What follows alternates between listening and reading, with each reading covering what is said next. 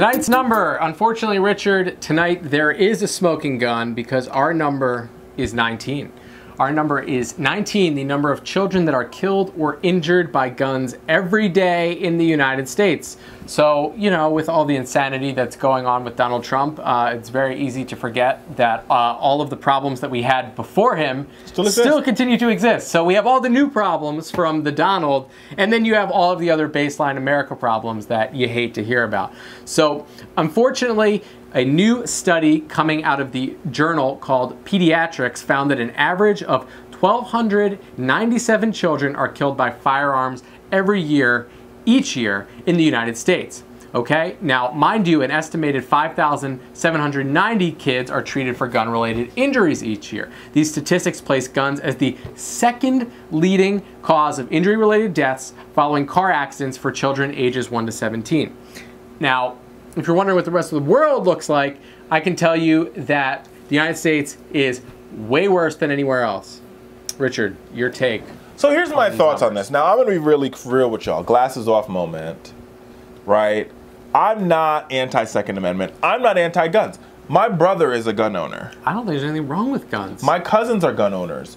My problem is that there's a couple things that's got to happen here. Number one, right? I think we can all agree, and Wayne LaPierre 20 years ago, pulled the tapes, has said this: background checks, universal background checks. It's not about taking away somebody's right to have a gun. It's making sure that the right people have guns and the wrong people don't have guns. Right. Universal background checks, 3-day waiting periods, background checks on straw purchasers, and the getting rid of high-capacity magazines. You do that, something wrong. Now, I know what the far right is going to say. Well, that doesn't solve the fact that kids get guns. I agree. So what you've got to do here is, if you have a firearm in your house, I do believe that you should be forced to go. If you have a firearm in your house and you have a child in the public school system, you as a parent should be forced to go to a gun safety class where they tell you to lock your damn gun up so your kid doesn't get it. No, you're totally period. Right. And I think we can draw two interesting parallels that, especially when you're talking about children. The first one, which ties into Richard's original point, is let's compare gun ownership to car ownership. Okay, so cars, believe it or not, are actually quite dangerous. We learned in the same statistic that the only thing more dangerous than guns are in fact cars. Now, it is significantly harder to get a driver's license than to acquire a gun in the United States of America. And let's be real, if we had some common sense, barriers to entry for gun ownership, we'd be in a much better space. Now, Richard's second point, which is we were talking about, gun safety classes for people with children, my take on this would be, now, there are other dangerous things in people's houses, right? When you have children, you child-proof your house. Exactly. There's poison under the sink. There's poison in the medicine cabinet. You put the little things in the plug so the kids don't get electrocuted. Exactly. You do all that stuff. But you leave your gun out. Why don't you have a gun locker? You sleep with a gun next to your bed. I mean, the fact that children are shooting themselves and their siblings with their parents' guns is insane to me. And I just think that the arguments that the right continues to make about they're just trying to take away our guns, that argument holds no water to me.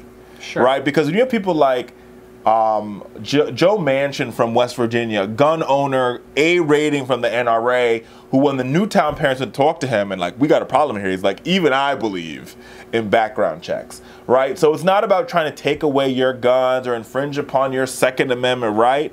It's saying that every right in our Constitution comes with a limit. The First Amendment, you have the freedom of speech. You can't go into you cannot go into a theater and yell fire. Right. You should not be able to just have all these guns and your kids shoot themselves with it. That's problematic. And I mean, we talk about the president continues to moan and groan on about violent crime and crime in the community.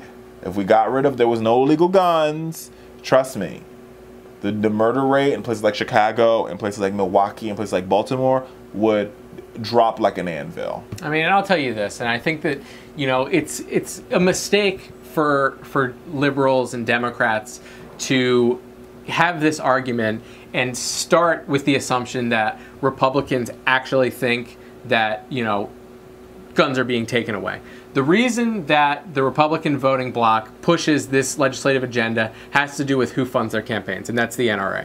Right? I mean, this is not a constituent issue. It's convenient that many of their constituents do like guns. And don't get me started with the NRA, because I got some words for the NRA later on in the show, because I'm waiting for the NRA statement on Philando Castillo, who is a gun-carrying African American who was shot by the police for having a gun. But we'll get back to that. We're moving on to the next story.